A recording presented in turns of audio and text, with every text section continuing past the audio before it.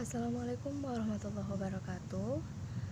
Sebelumnya Ibu ingat, Ibu sudah pernah memasuki kelas kalian pada semester lalu ya. Jadi Ibu tidak perlu memperkenalkan diri lagi karena kalian sudah tahu ya, dengan Ibu sudah kenal. Nah, bagaimana kabar-kabar mahasiswa sekalian? Baik. Adapun yang ingin kita pelajari di sini yaitu perilaku hidup bersih dan sehat dengan sub pokok bahasan personal hygiene. Nah, di sini kompetensi dasar dan standar kompetensi kita sama. Mahasiswa dituntut untuk memahami konsep personal hygiene dengan baik. Nah, langsung saja ya kita masuk materi kita, pemenuhan kebutuhan kebersihan diri atau personal hygiene. Nah, mahasiswa harus melihat di fokus ya, jangan ada yang mengobrol ataupun memainkan handphone. Di sini slide-nya cukup panjang, jadi mahasiswa harus melihat ke fokus ya. Nah, kebutuhan kebersihan diri. Perawatan diri atau kebersihan diri atau personal hygiene merupakan perawatan diri sendiri yang dilakukan untuk mempertahankan kesehatan, baik secara fisik maupun psikologis. Nah, pemenuhan perawatan diri dipengaruhi oleh beberapa faktor, diantaranya ada budaya, nilai sosial pada individu atau keluarga, pengetahuan tentang perawatan diri, serta persepsi perawatan diri.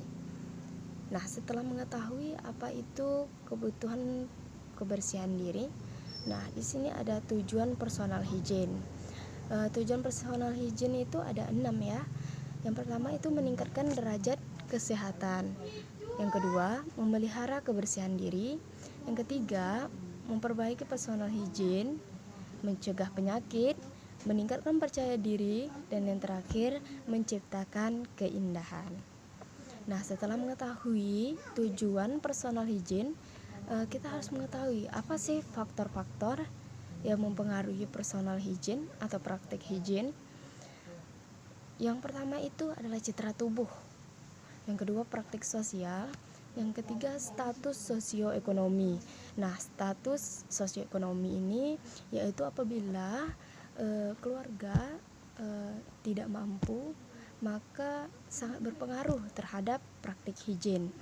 Selanjutnya, variabel kebudayaan, dan selanjutnya pilihan pribadi dan kondisi fisik.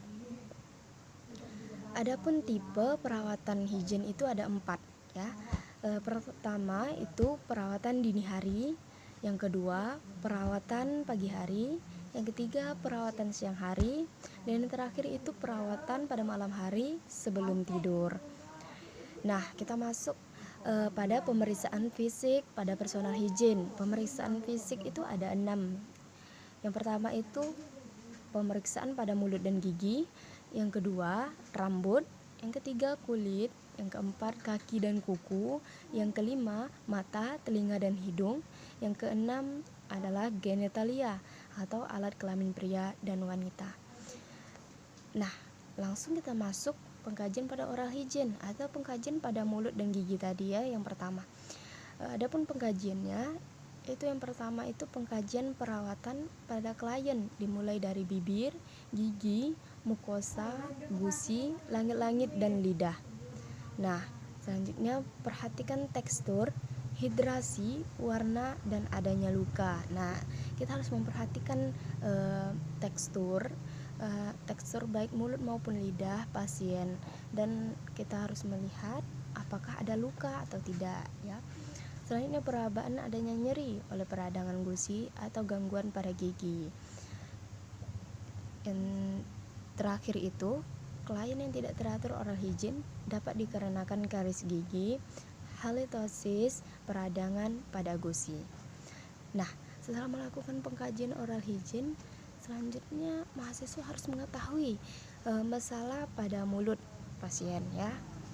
Masalah pada mulut pasien itu bermacam-macam. Yang pertama itu masalah karies gigi sering terjadi pada orang yang lebih muda. Nah, kalian harus berhati-hati ya, karena kalian termasuk muda. Selanjutnya periodontal diseases. Selanjutnya halitosis, stomatitis, glossitis, dan gingivitis.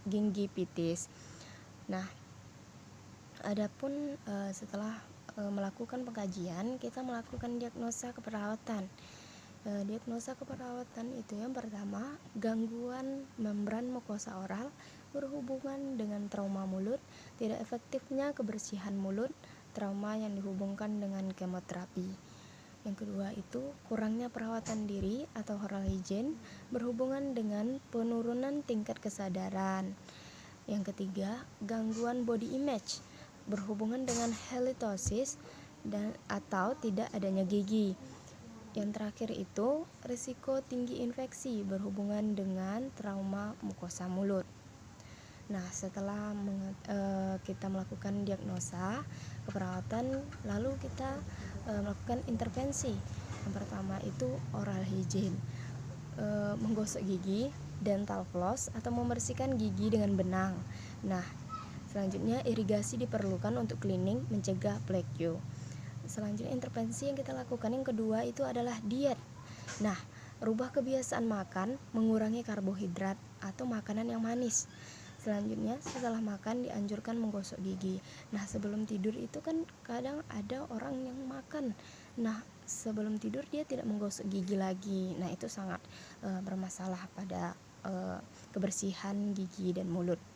Selanjutnya sikat gigi. Sikat gigi sedikitnya 4 kali sehari. 4 kali sehari itu minimal ya. Jadi boleh dari 4 kali. Nah, jadi tidak boleh kurang nih. Ada orang yang sikat gigi hanya 2 kali sehari, jadi itu tidak boleh. Selanjutnya pilihlah sikat gigi yang dapat mencapai semua gigi. Nah, kita harus mencari sikat gigi yang dapat mencapai semua gigi dan caranya juga benar ya menggosok giginya. Selanjutnya sikat gigi dimulai dari permukaan mulut, bagian dalam atau luar dan pipi. Selanjutnya intervensi yang dilakukan yang keempat itu bagi klien yang tidak sadar dapat perawat melakukan prosedur oral hygiene. Selanjutnya klien yang berisiko stomatitis sebelum atau sesudah makan gunakan solution berisi garam dan baking soda. Nah, yang keenam itu klien diabetes dianjurkan untuk datang ke praktik dokter setia 3 atau 4 bulan. Nah, selanjutnya klien infeksi oral itu jangan gunakan gigi palsu. Nah, klien yang mempunyai infeksi pada mulut atau gigi itu tidak boleh menggunakan gigi palsu.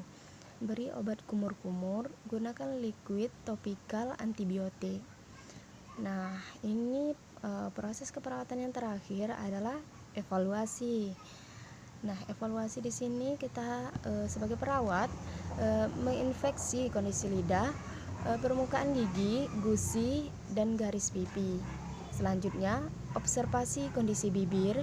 Selanjutnya, observasi klien saat menyikat gigi. Hasil yang diharapkan, mukosa, lidah, dan bibir akan menjadi lembab, merah muda, dan utuh. Inflamasi dan lesi, tidak ada gigi bekas dari flak. Nah, setelah melakukan proses keperawatan pada oral hygiene, selanjutnya kita kepada hair care, yaitu kebersihan rambut. Nah, pengkajian yang dilakukan pada rambut, yaitu rambut normal itu ciri-cirinya adalah bersih, berkilau, tidak kusut, dan kulit kepala bersih dan bebas dari lesi. Dan masalah rambut di sini ada 3, alopecia, pedikulosis, dan ketombe. Diagnosa keperawatan pada rambut itu ada 3 juga. Yang pertama itu gangguan integritas kulit berhubungan dengan laserasi kulit kepala, gigitan serangga. Yang kedua, gangguan body image berhubungan dengan penampilan fisik. Yang ketiga, utuh menularkan penyakit, berbagai penyakit pada manusia. Nah, setelah melakukan diagnosa, kita melakukan intervensi. Yang pertama itu sisir rambut pasien.